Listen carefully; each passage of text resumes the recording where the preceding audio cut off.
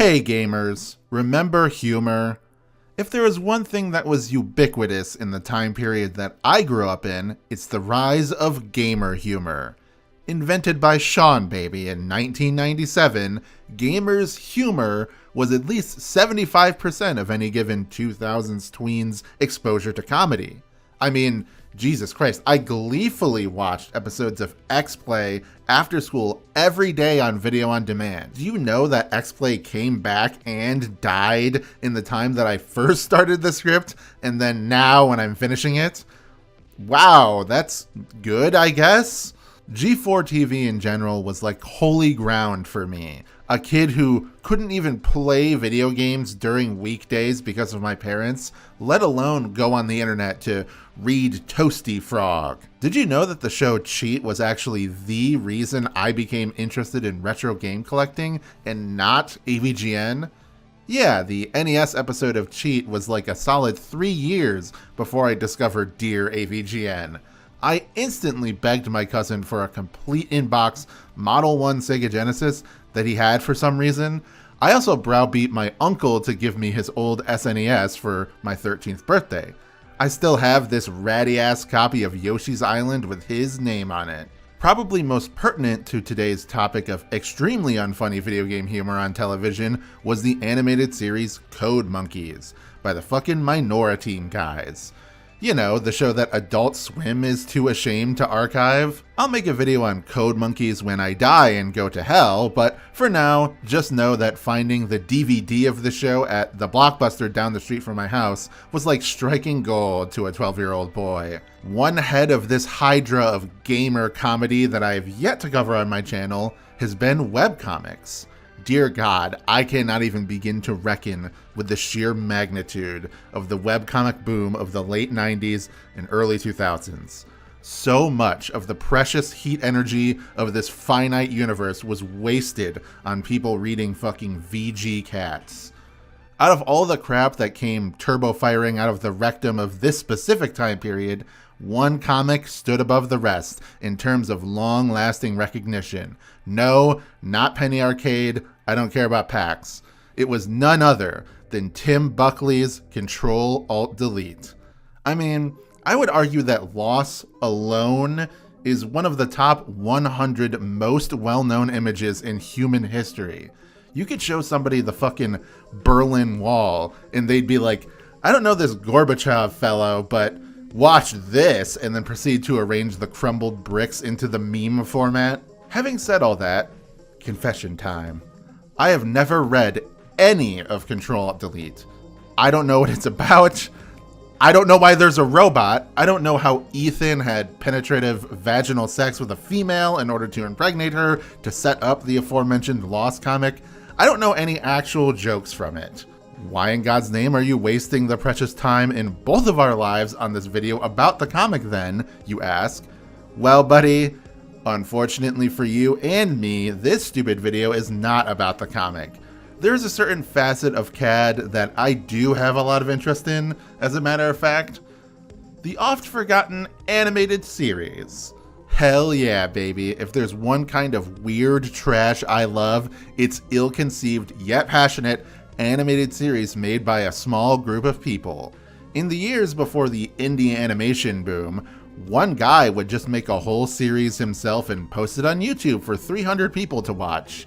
Tome is genuinely some of the most fun I've ever had watching anything, ever.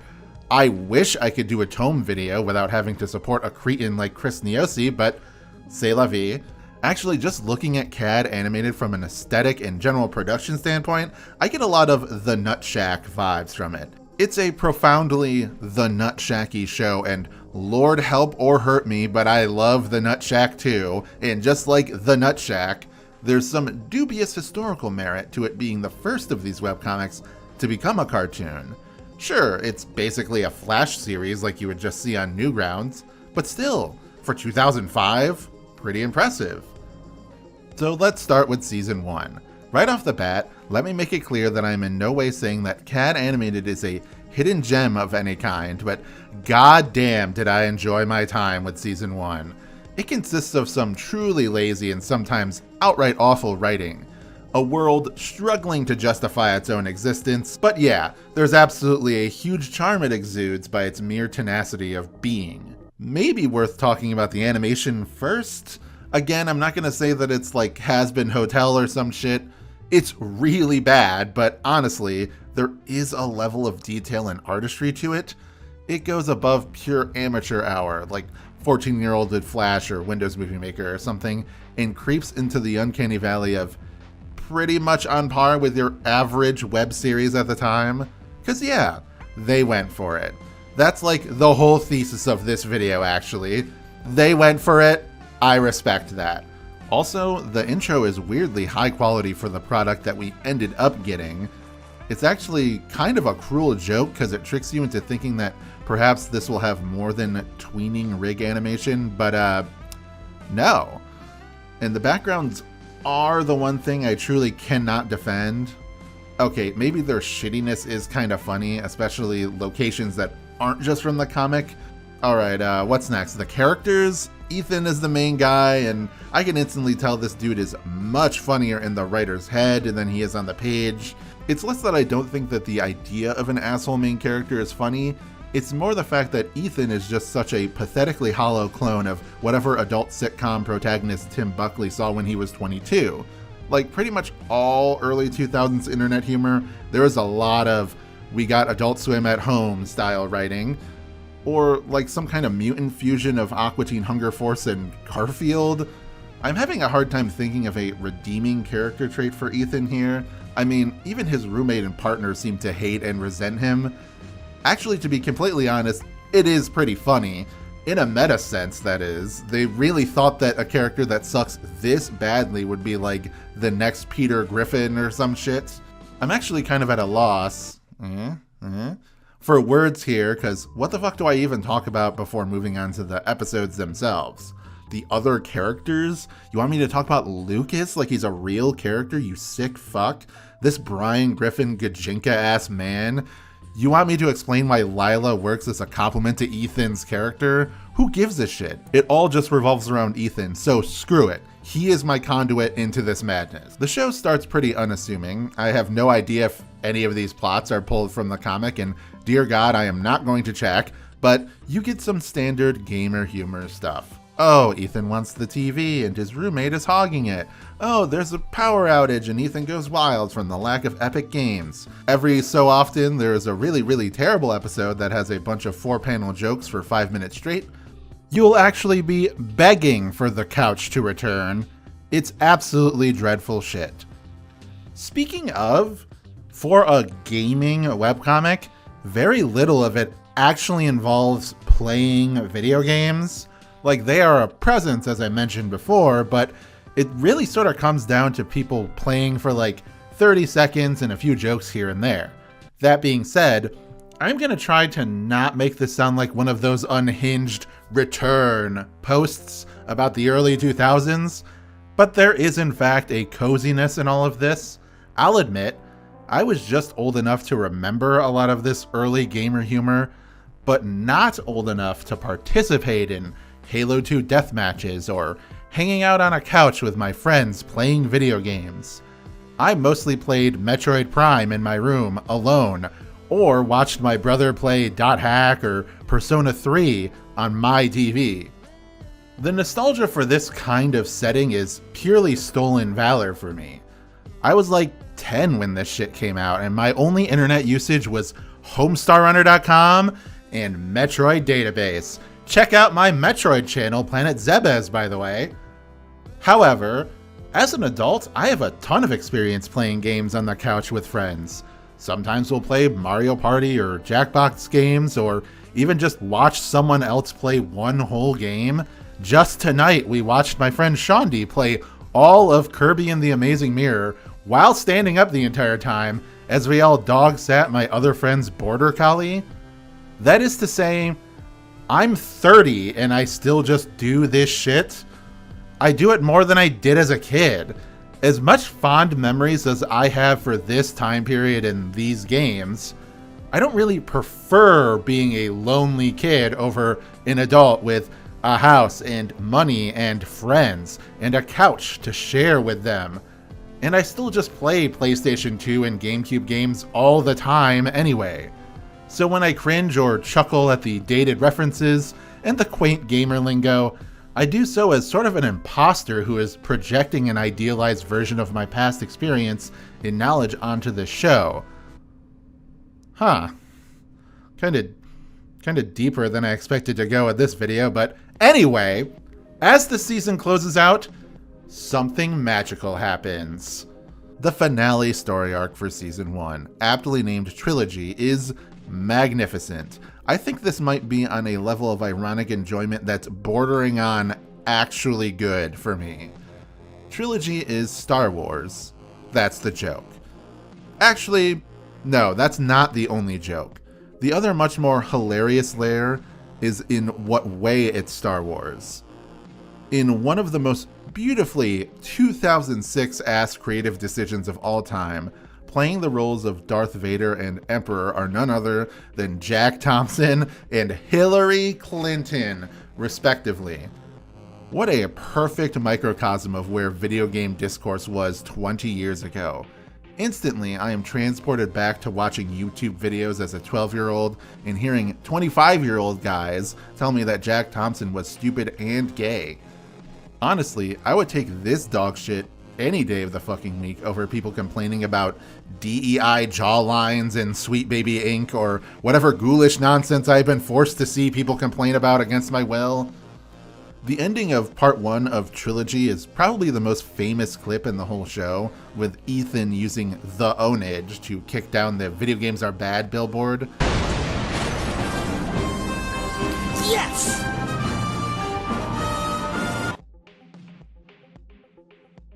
I'm bored. Anyone got anything else we could blow up? I think this moment is so memorable and so funny, like actually funny, because it feels like the show finally understands its inspiration. And no, not Star Wars, I mean stuff like Aqua Teen or C-Lab. Until now, the show has taken Easy Street and produced extremely low effort and safe plot lines with a comic strip level scope. With this batch of episodes, though, their ambition outpaces their grasp, and they want to do something more epic, but realize quickly that it's impossible, so they settle for an intentionally, comedically lazy cheapness, and it actually hits. Look, I'm so old to you. Yeah. You are pretty fucking old. Not to mention, as time goes on, all the extremely dated gamer references get way funnier. Like, we are far past them being passé, and now it's just pure nostalgia, and I find myself laughing and throwing popcorn in the air at all of them. I think this one set of episodes colors the entire rest of the series, forwards and backwards. It almost feels like all of time compresses, and this trilogy is the whole show in a way. Maybe it still would have just been called trash, but if this was the only bit of CAD animated content, I feel like the show would have had a better legacy. Again, I hesitate to say it's some secret masterpiece or anything, but I truly got some good laughs out of it. And the humor comes not from blatantly copying Star Wars, but from how bad the characters fit the roles in Star Wars. And this was a full year before Family Guy did their own version of it, by the way. My good friends, the liberal galactic media is at it again. They never stop. It even makes me appreciate the more humble doldrums of the start of the season, as well as making me extremely disappointed for what's to come. Season 2 actually sucks ass. It's such reductive and surface level BS to look at how bad Season 1 looks and lamely constructed it is and go, therefore, it is the worst one. When Season 2 is here with much better production value and actual real episode plots and character arcs and is just so much worse, that Goldilocks zone that they nailed in the Season 1 finale is completely abandoned to make room for a higher budget, and I'm sorry, it lost its soul. What the fuck do you mean that there are morals at the end of episodes now? I truly don't have anything better to say about Season 2, and it's sad because I was kind of eager to cover it. Nobody else who has ever talked about the show online has highlighted Season 2 in their reticule, and I figured that if the first season drastically improved in enjoyment by the end, then maybe that would carry over, but nope. I now know why nobody talks about it. It's because it's boring as hell. The bump in quality actually removed the appeal. It's like the uncanny valley of shitty shows where the closer it gets to mimicking real sitcoms, the more horrific existential dread it instills in you because it still can't quite cross that barrier into the it's just mid zone. I feel like I appreciate my time with this show despite its pedigree of badness. In fact, I came away with a lot of respect for its existence. This is why I love art and creation and why I make videos about these things. Being a human is funny because we have all these fake rules and decorum and standards that are all literally things that we are making up and pretending to stand by, and then every so often, a big stupid piece of crap flies our way and makes our fragile programming go haywire. I used a lot of harsh language about this series and put it down quite a bit, but my secret? I love this show. I can't make you feel what I feel, and I can't even say I enjoy watching it, but talent and skill be damned, they made a show, and we watched it, and I made a video about it.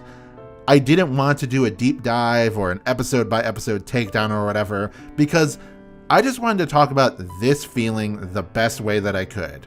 I don't know if it's toxic nostalgia speaking or not, and it is unhealthy to obsess with a single time period and a style of humor, but there is something worthwhile about looking back at crap with a new perspective, right? Plenty of truly terrible shows and games have become favorites of mine as I've aged, and sometimes against my best impulses I can't help but wonder if society was just better off getting mad at Jack Thompson instead of culture war grifters painting literally every fucking video game ever made in the past 3 years as woke garbage. Who on earth would prefer this nightmare we live in? Who wouldn't want to return to a simpler time? But, then I remember, that couch isn't just a memory. These games on my shelf are still there to play now and in the future. Those happy days laughing and yelling with my friends, it isn't some phantom of the past that I can't ever reach. It's a love and a connection that exists now. And through all the terrible discourse and misery around this hobby in the modern day, that experience can clear that cloud of smog in an instant. So yeah, I wouldn't leave the now behind for anything. Gamer humor has really evolved since the early days. Even my beloved AVGN is a kind of a passé relic now. Review sites like Giant Bomb and Polygon had their time in the sun and are past their prime with the rise of streamers and single personalities dominating the space. I haven't heard a single person talk about a new Game Grumps episode in like 7 years. You still get your I can't believe it's not JonTron style video makers holding down the fort, but far and away, video game content on the internet has veered away from comedy and into informational videos and essays. And if funny videos are mostly dead, webcomics are on a whole nother level of dead by comparison. It's a shame, really. As more bite-sized and transient content becomes the norm, a guy has a harder time cranking out a funny little review and getting people to care, and the very idea of doing a comedy series in earnest about guys on a couch playing video games is seen as embarrassingly laughable. So it's nice, every once in a while, to look back at those humble times when Adam Sessler making fun of anime was seen as peak comedy, and where a show like CAD got made by real people who wanted it to be truly funny.